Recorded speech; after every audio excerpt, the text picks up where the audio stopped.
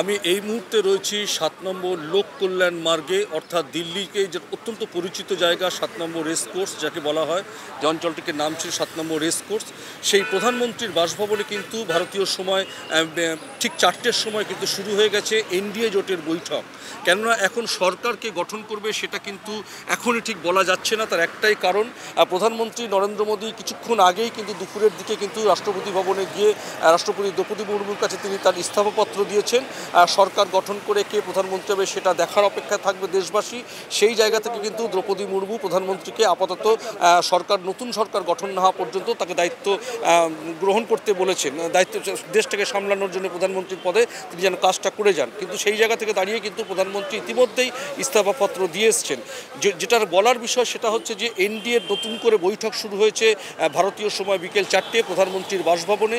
সেখানে জেপি নাড্ডা যেমন এসছেন, অমিত শাহ রয়েছেন, প্রধানমন্ত্রী নরেন্দ্র মোদী রয়েছেন এবং বিজেপির একেবারে কেন্দ্রীয় নেতৃত্বরা কিন্তু সকলেই সেখানে উপস্থিত রয়েছেন।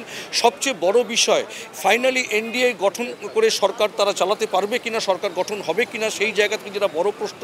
চন্দ্রবাবু নাইডু এবং তেলুগু দেশম পার্টির চন্দ্রবাবু নাইডু এবং জেডিইউ ইউনাইটেডের নীতিশ কুমার, তারাও কিন্তু দুজনে এইখানে বৈঠকে চলে এসেছেন।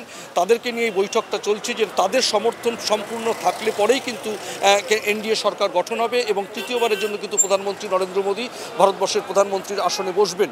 প্রায় 2 দশক পর, মানে 2014-2019 তিনি প্রধানমন্ত্রী ছিলেন এবং এবার যদি হয় তাহলে কিন্তু তিনি তৃতীয়বারের জন্য প্রধানমন্ত্রী হবেন।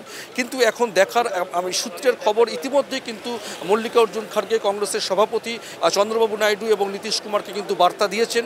তাদেরও আজকে কিন্তু বৈঠক রয়েছে মল্লিকা অর্জুন খাড়গের বাসভবনে 10 নম্বর রাজাজি মার্গে। সেটা কিন্তু সন্ধ্যে 6টার সময় কিন্তু ইন্ডিয়া জোটের বৈঠক হবে। এখন দেখার বিষয় যে চন্দ্রবাবু নাইডু এবং নীতিশ কুমার এনডিএর সঙ্গে ফাইনালি থাকে কিনা। যদিও আমরা জানি যে অন্ধ্রপ্রদেশে যে বিধানসভা নির্বাচন হয়েছে সেই নির্বাচনে চন্দ্রবাবু নাইডু আবার ক্ষমতায় ফিরে এসেছেন। সেক্ষেত্রে প্রধানমন্ত্রী নরেন্দ্র মোদী এবং অমিত শাহ গতকালই তাকে শুভেচ্ছা জানিয়েছেন। পাল্টা শুভেচ্ছা চন্দ্রবাবু নাইডুও কিন্তু প্রধানমন্ত্রীকে জানিয়েছেন। সেই জায়গা থেকে এখন দেখার যে সেখানেও কিন্তু অ্যালায়েন্স হয়েছিল 7টি সিটের। এখন দেখার শেষ পর্যন্ত চন্দ্রবাবু নাইডু এনডিএর হাতকে শক্ত করে নতুন সরকার, এনডিএ সরকার গঠন হয় কিনা সেটা কিন্তু বলার অপেক্ষা রাখে না। হবে কি হবে না সেটা কিন্তু বৈঠকের পরই কিন্তু বোঝা যাবে। এবং সন্ধ্যে 6টার সময় যে কংগ্রেসের যে বৈঠক রয়েছে, তারা 99টা সিট পেয়েছে কংগ্রেস। সেই ক্ষেত্রে দেখা যাচ্ছে যে ইন্ডিয়া জোট পেয়েছে 223টি আসন এবং বিজেপি এককভাবে পেয়েছে 246টি আসন। সেখানে এনডিএ জোট হচ্ছে 286টি তাদের রয়েছে।